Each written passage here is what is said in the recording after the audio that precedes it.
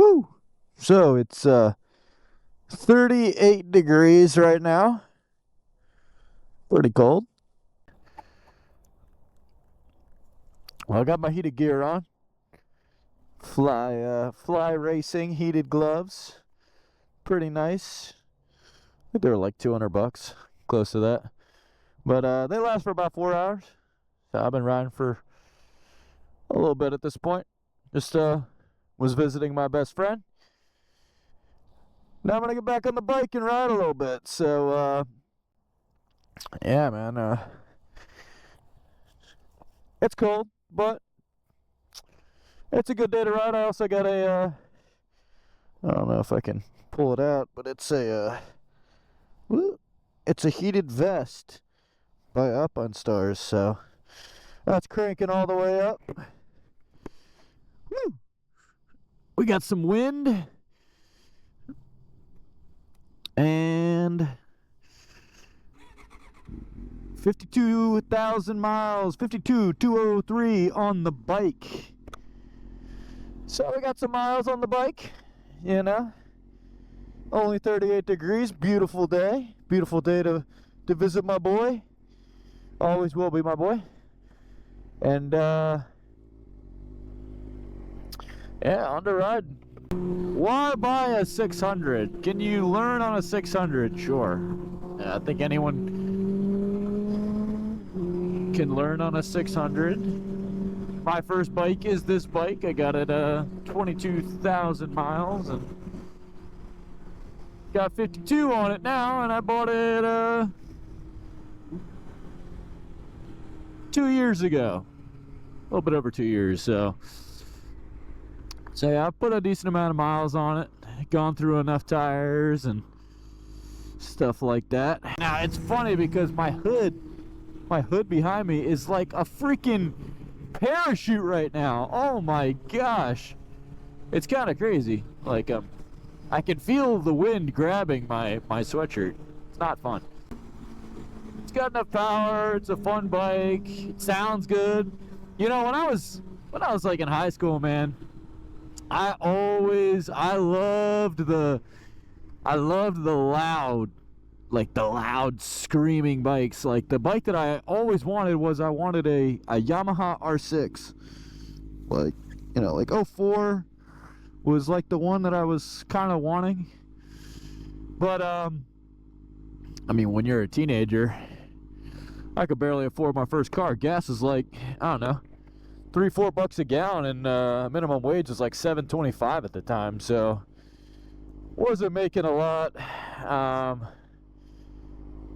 Wasn't really my insurance probably would have been insane if I managed to actually get a motorcycle. But yeah, I waited for a while until I got my first bike, and kind of glad I did. I probably would have been a little stupid on it, but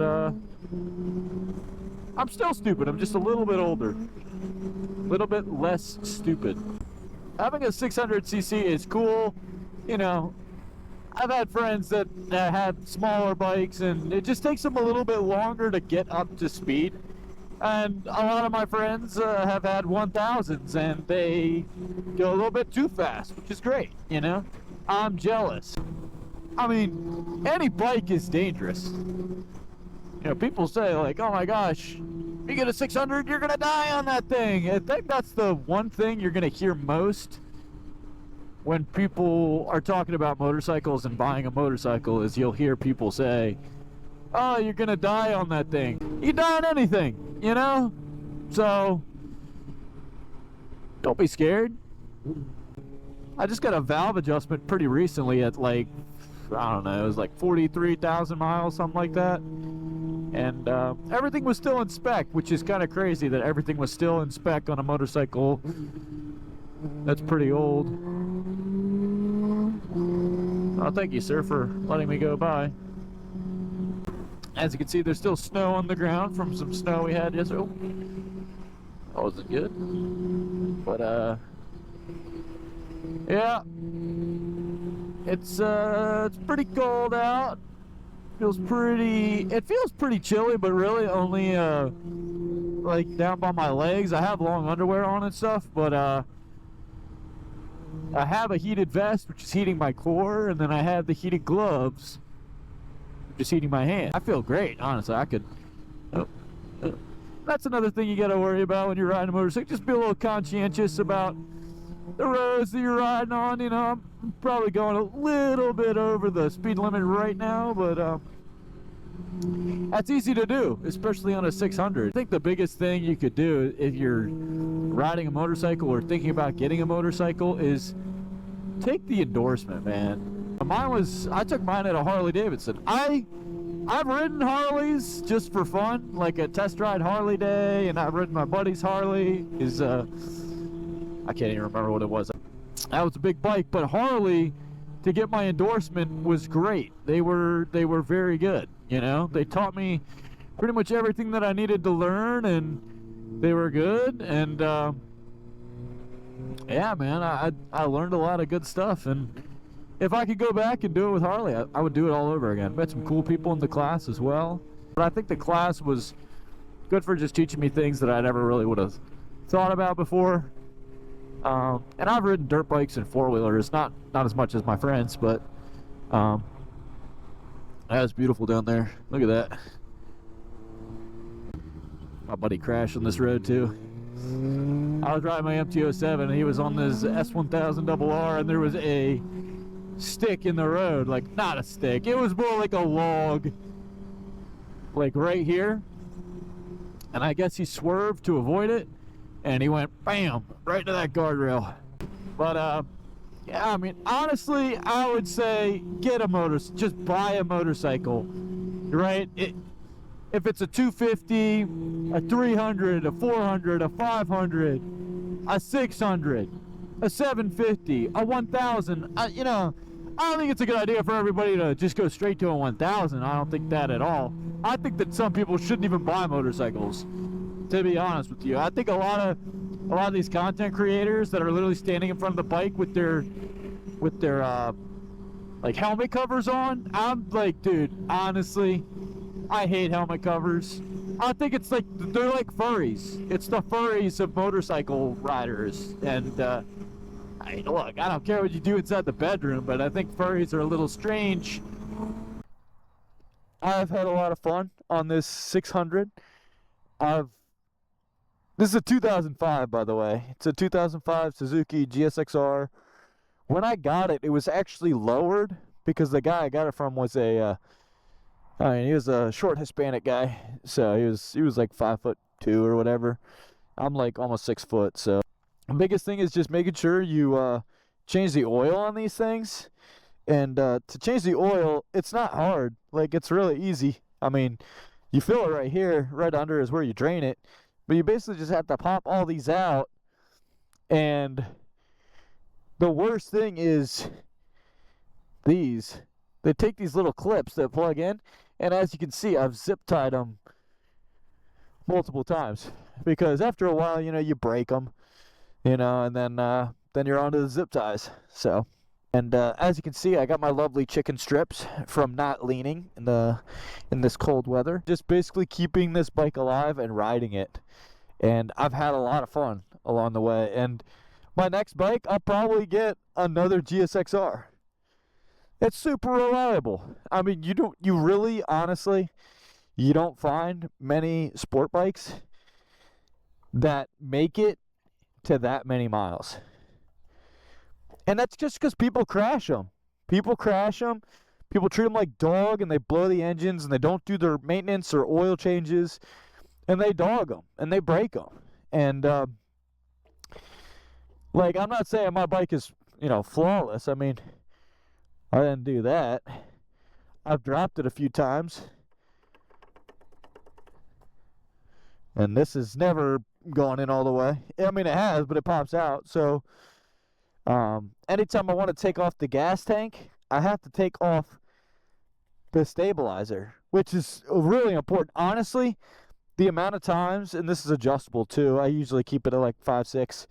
But the amount of times that dampener has saved me on the highway, just hitting a little mini speed wobble I mean, I'll hit I've hit mini speed wobbles, but I know for a fact if I didn't have this on there, that wobble would be way worse. So, if you don't have a dampener, I'd recommend getting one. Some bikes come with them. And leaving my turn signals on, that's a pretty common occurrence. I've done that many a time. I don't mind riding in the cold. I have all the cold gear, but it's more or less just like putting all the gear on, and then when you get to your destination, wherever you're going, you're still wearing all this gear. And you know, if you're just going through a store or whatever, if you're going like to the mall or wherever you're going, restaurant, you heat up really, really quick. And you're wearing all of this gear, and it's super hot, and you're like, oh my gosh, I wish I didn't ride today. You know, but then you go outside and you hop on the bike, and then it's freezing again, and you're like, oh, I'm glad I'm wearing all of this gear. I love the summer, man. I'm like, now I don't like the snow. Now I'm like, I can't wait for it to be summer so that I can ride in a t-shirt, all right? And again, it's terrible advice. Don't ride in a t-shirt. I mean, in the summertime, this would be all like a cornfield for the most part, or it'd be lush grass, but it looks a lot prettier in the summertime. Fall, it looks pretty good. Wintertime, it's just barren. I mean, this whole place. I mean, look at that. You know, when I'm riding these back roads, I love back roads. I'm a big back road rider. Riding the highway is pretty fun, but it's kind of boring, and there's a lot of risk. And I live in a state where there's a bunch of morons on the road, like all the time. So riding on the highway isn't the funnest thing at times, especially if you get into the city. But these back roads are great, but it's when people pull out of their driveways. If they don't have room to back up and turn around in their driveway, they're backing out of the driveway, which is kind of crazy. So, like, some people's reactions, like when I ride by, especially in this cold weather, they're like, oh my gosh, that guy's riding, right? And they'll point and they'll laugh or whatever. And I guess I'm crazy. I guess I'm a little crazy for riding in the freezing cold. But I just like riding, man. Doesn't really matter how cold it is, man. If it's warm enough, I'm riding. The only thing that sucks when you're riding in this cold weather is I'm getting a cold. So yeah, isn't that great?